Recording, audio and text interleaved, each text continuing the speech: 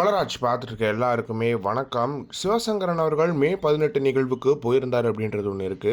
முதல் முறையாக ஒரே ஒரு விஷயத்தை எல்லாருக்குமே சொல்லணும் என்ன அப்படின்னு பார்த்தீங்கன்னா, அவர் இன்னும் நாம் தமிழர் கட்சியை விட்டு விலகலை, விளக்கவும் படலை அப்படின்றது எல்லாருக்குமே தெரிஞ்ச விஷயமா ஒன்று இருந்துச்சு. ஆனால் அவர் களத்தில் வேலை செய்யலை அப்படின்ற ஒரு முக்கியமான விஷயமும் இருந்துச்சு அப்படின்றதுல எந்த ஒரு மாற்றமே கிடையாது. இதில் வந்து ஒரு திமுக காரர் திருத்த முடியாத தம்பி அப்படின்னு ஒரு கேவலமான பேரில் ஒரு ட்விட்டர் அக்கௌண்ட் வச்சிருக்காரு. இவர் போடும்போது என்ன போட்டிருந்தார் அப்படின்னு பார்த்தீங்கன்னா, சிவசங்கரனை டேக் பண்ணி உங்களை ஆதரித்து ஆரம்பத்திலிருந்து ட்விட்டரில் சண்டை செய்ததுக்கு வெட்கப்படுகிறேன். டாக்டர் சிவசங்கரன் தன்மானம் இல்லாத தமிழ் தேசியம் வென்று மயிரவா பிடுங்க போறீங்களா அப்படின்னு சொல்லிட்டு ஒரு கேள்வி கேட்டிருக்காரு. அதுக்கு டாக்டர் சிவசங்கரன் அவர்கள் சிவசங்கரன் அவர்கள் ரிப்ளை பண்ணியிருக்காரு. தன்மானத்தோடு இருப்பதால் தான் இதுவரை கட்சி பணியிலோ களப்பணியிலோ தலையிடவில்லை. அதே நேரத்தில் இனமானத்தோடு இருப்பதால் தான் இன எழுச்சி பொதுக்கூட்டத்தில் கலந்து கொண்டேன். என் இனத்திற்காக ஒரு தமிழ் தேசியனாக அப்படின்னு சொல்லிட்டு சிவசங்கரன் அவர்கள் ஒரு பதில் கொடுத்திருக்காரு. அவர் இதுவரைக்கும் கட்சி பணியிலேயோ களப்பணியிலேயோ தலையிடவில்லை. ஆனா எனக்கு மானம் இருக்கிறதுனாலதான் இன எழுச்சி பொதுக்கூட்டத்தில் கலந்து கொண்டேன் அப்படின்ற மாதிரியான விஷயங்களை சொல்லியிருக்காரு. தமிழ் தேசியவாதியா நான் இதுலதான் இருப்பேன், இப்படிதான் இருக்க போறேன், அண்ணன் என்ன விளக்கணும், கட்சி விட்டு விலகிறேன் அப்படின்றத ரொம்ப கிளியர்